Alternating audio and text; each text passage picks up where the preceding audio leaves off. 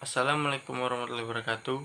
Perkenalkan, nama saya Feby Ardiansa, NPM 21010172, kelas Informatika A5. Baiklah, di sini saya ingin mempresentasikan materi tentang kecerdasan buatan. Apa itu kecerdasan buatan? Mengenal kecerdasan buatan dan kecerdasan buatan menurut para ahli.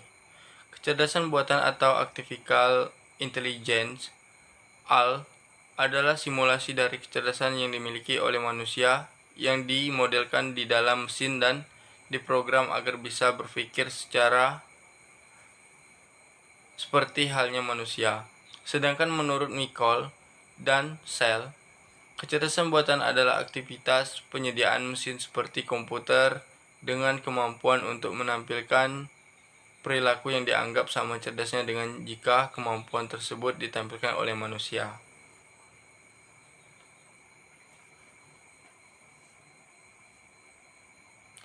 Umumnya memerlukan tenaga manusia dan kecerdasan manusia untuk menyelesaikan pekerjaan. Dengan kata lain, AL merupakan sistem komputer yang bisa melakukan pekerjaan yang tersebut. AL sendiri merupakan teknologi yang memerlukan data untuk dijadikan pengetahuan, sama seperti manusia. AL membutuhkan pengalaman dan data supaya kecerdasan bisa lebih baik lagi. Poin penting dalam proses AL adalah learning, reasoning, dan self-correction. AL perlu belajar untuk memperkaya pengetahuannya. Proses belajar AL pun tidak selalu disuruh oleh manusia, melainkan AL akan belajar dengan sendirinya berdasarkan pengalaman AL sangat digunakan oleh manusia. Hal yang cukup menarik dari AL adalah ia mampu melakukan self-correction atau mengoreksi diri sendiri. Jika kamu pernah mendengar ungkapan AL, "Jika aku tidak pernah menang, maka setidaknya aku tidak boleh kalah." Sedikit ngeri juga. AL merupakan memang diprogram untuk itu terus belajar dan membenahi diri sendiri dari kesalahan yang pernah dibuatnya. Jika kamu masih bingung dari cara kerja AL, mari kita ambil salah satu contohnya, yaitu AlphaGo. Saat awal dikembangkan, ia diberi 100.000 data pertandingan Go untuk dipelajari. Kemudian, AlphaGo akan bermain Go bersama dengan dirinya sendiri. Dan setiap dia kalah, dia memperbaiki cara ia bermain, dan proses bermain ini akan diulang sampai jutaan kali. Salah satu kelebihan AL dibanding manusia AL yang dimiliki oleh AlphaGo tadi adalah manusia hanya dapat bermain satu kali dalam satu waktu.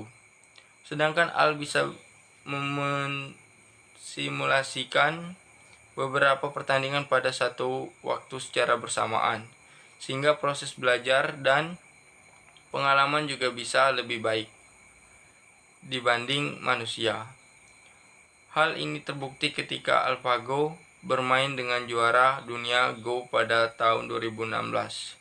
Ia bisa menjadi pemenangnya.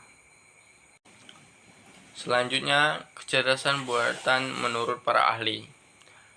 Yang pertama, Andreas Kappian dan Michel Henlein. Keduanya memberikan definisi pada teknologi kecerdasan buatan sebagai kemampuan satu sistem dalam memaksimalkan data eksternal dengan benar untuk belajar dari data tersebut dan menggunakan pembelajaran tersebut untuk mencapai suatu tujuan dan tugas tertentu melalui adaptasi yang fleksibel. Yang kedua, John McCarthy. Menurut John McCarthy, teknologi kecerdasan buatan memiliki definisi sebagai kegiatan atau teknologi memodelkan suatu proses manusia dan mendesain suatu mesin supaya bisa menirukan perilaku dari manusia tersebut. 3. H.A. Simon. Sedangkan menurut H.A. Simon, kecerdasan buatan diartikan sebagai semua tempat penelitian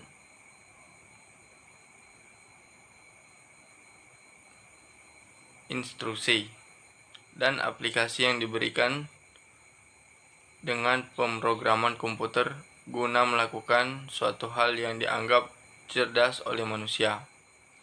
Yang keempat, Kristianto.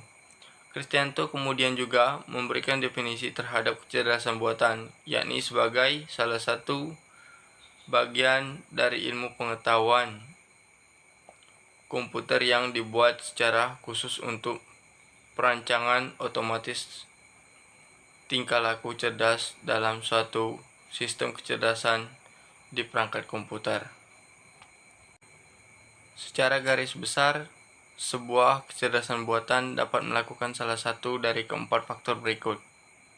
Yang pertama, acting humanly, sistem yang dapat bertindak layaknya manusia. Kedua, thinking humanly, sistem yang bisa berpikir seperti halnya manusia. 3. Think rationally, sistem yang mampu berpikir secara rasional. Yang keempat, acting rationally, sistem yang mampu bertindak secara rasional. Selanjutnya, ada contoh kecerdasan buatan. Berikut ini beberapa contoh dari penerapan AL yang bisa kamu jumpai dalam kehidupan sehari-hari. Seperti device Facebook. Salah satu contoh dari AL adalah teknologi device yang dimiliki oleh Facebook ini. Berfungsi untuk mengenali wajah orang yang ada pada postingan foto.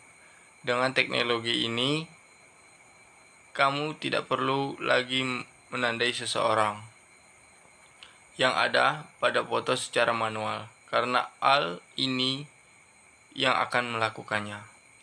Kedua, rekomendasi e-commerce. Konsep penerapan AL yang sering kamu jumpai salah satunya adalah rekomendasi produk pada e-commerce. 3. Asisten virtual. Contoh dari kecerdasan buatan berikutnya adalah asisten virtual.